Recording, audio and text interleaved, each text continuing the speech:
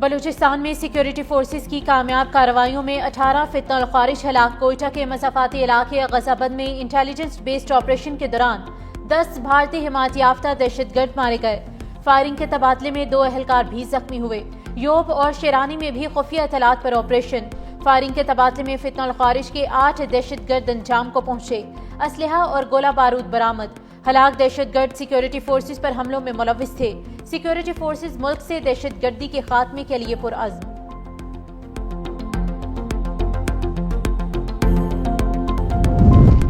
غزہ کے لیے امداد لے جانے والے فلوٹیلا پر کسی بھی وقت اسرائیلی حملے کا خدشہ۔ ہائی رسک زون میں داخل ہوتے ہی اسرائیلی بحری جہازوں نے فلوٹیلا کا گھیراؤ کر لیا۔ 2 مرکزی کشتیوں کے کمیونیکیشن سسٹم جام کر دیے۔ امدادی بیڑے پر سوار سماجی کارکنوں نے حفاظتی جیکٹس پہن لی۔ سابق سینیٹر مشتاق احمد خان کو آج رات فلوٹیلا پر حملے کا خدشہ۔ آسٹریلوی حکومت کا امدادی بحری بیڑے پر سوار اپنے شہریوں کی سلامتی پر شدید تشویش کا اظہار۔ خبردار کیا کہ بین الاقوامی قوانین کی خلاف ورزی کسی صورت برداشت نہیں کی جائے گی۔ دوسری جانب غزہ پر اسرائیلی حملوں میں مزید 35 شہری شہید۔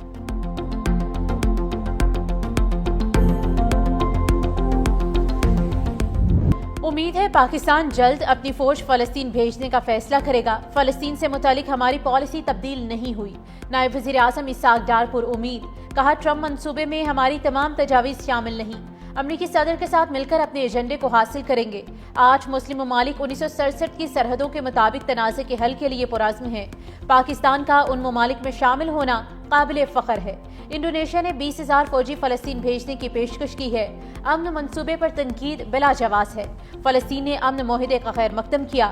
ہم فلسطین سے اسرائیل کے مکمل انخلاء کے لیے پرعزم ہیں۔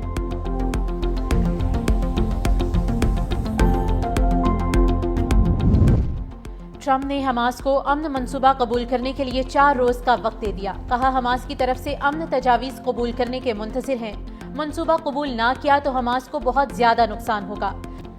صدر ٹرمپ کے لیے نئی مشکل۔ ایوان نمائندگان اور سینٹ میں کنٹرول کے باوجود ٹرمپ انتظامیہ شٹ ڈاؤن کا شکار۔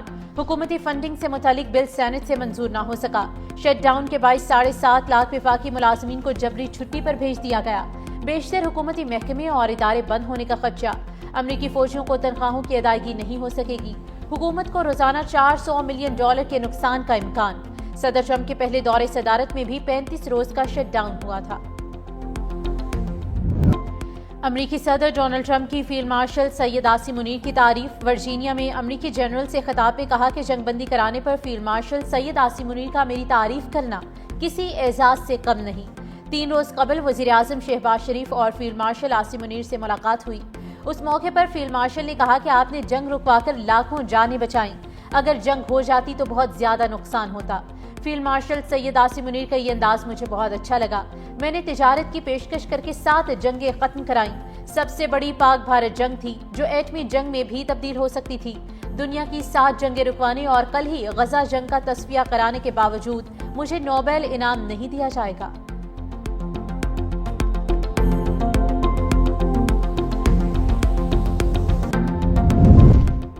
امریکہ پہلے مرحلے میں ریکوڈک میں سرمایہ کاری کرے گا۔ امریکی سرمایہ کاروں کا پہلا وفد پاکستان پہنچ گیا۔ وفاقی وزیر خزانہ محمد اورنگزیب نے خوشخبری سنا دی۔ کہا امریکہ کی جانب سے مرکزی سرمایہ کاری ریکوڈک میں ہوگی۔ اس کے بعد اگلے مراحل آئیں گے۔ ٹیرف کا فیصلہ ہو چکا۔ اب سرمایہ کاری کے معاملے کو آگے لے کر جانا ہے۔ امریکہ سے معاہدے اور تجارت کی سب تفصیلات سامنے آ چکی ہیں۔